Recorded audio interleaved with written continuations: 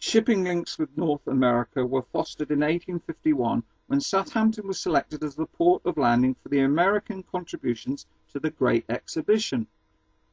During the 1850s, both the New York and Bremen Line and the New York and Havre Company called at Southampton, thereby establishing the importance of Southampton on the North American routes to the continent. The North German Lloyd and the Hamburg America lines also started calling at Southampton in 1857 and 1858 respectively.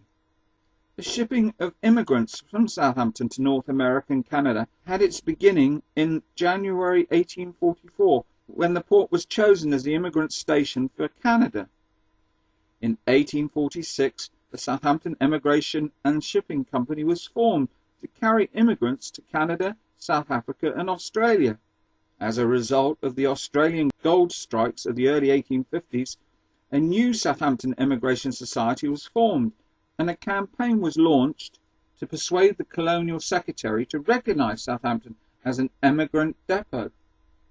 The Colonial Land and Emigration Commissioners visited Southampton, and after some difficulty accepted the railway company's tender for the carrying of immigrants.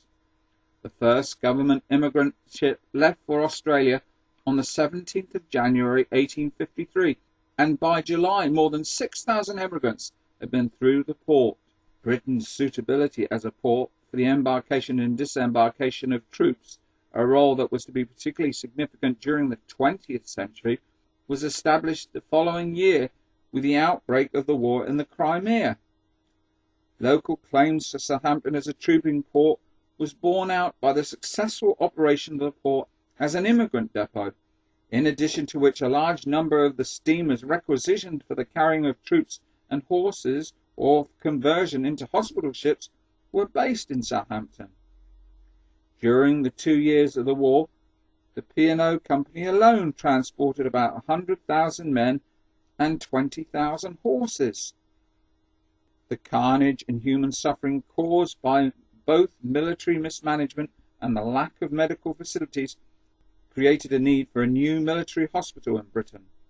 A parliamentary select committee chose a site at Netley for the new Victoria Military Hospital, named after the Queen, who laid the foundation stone on the 19th of May 1856.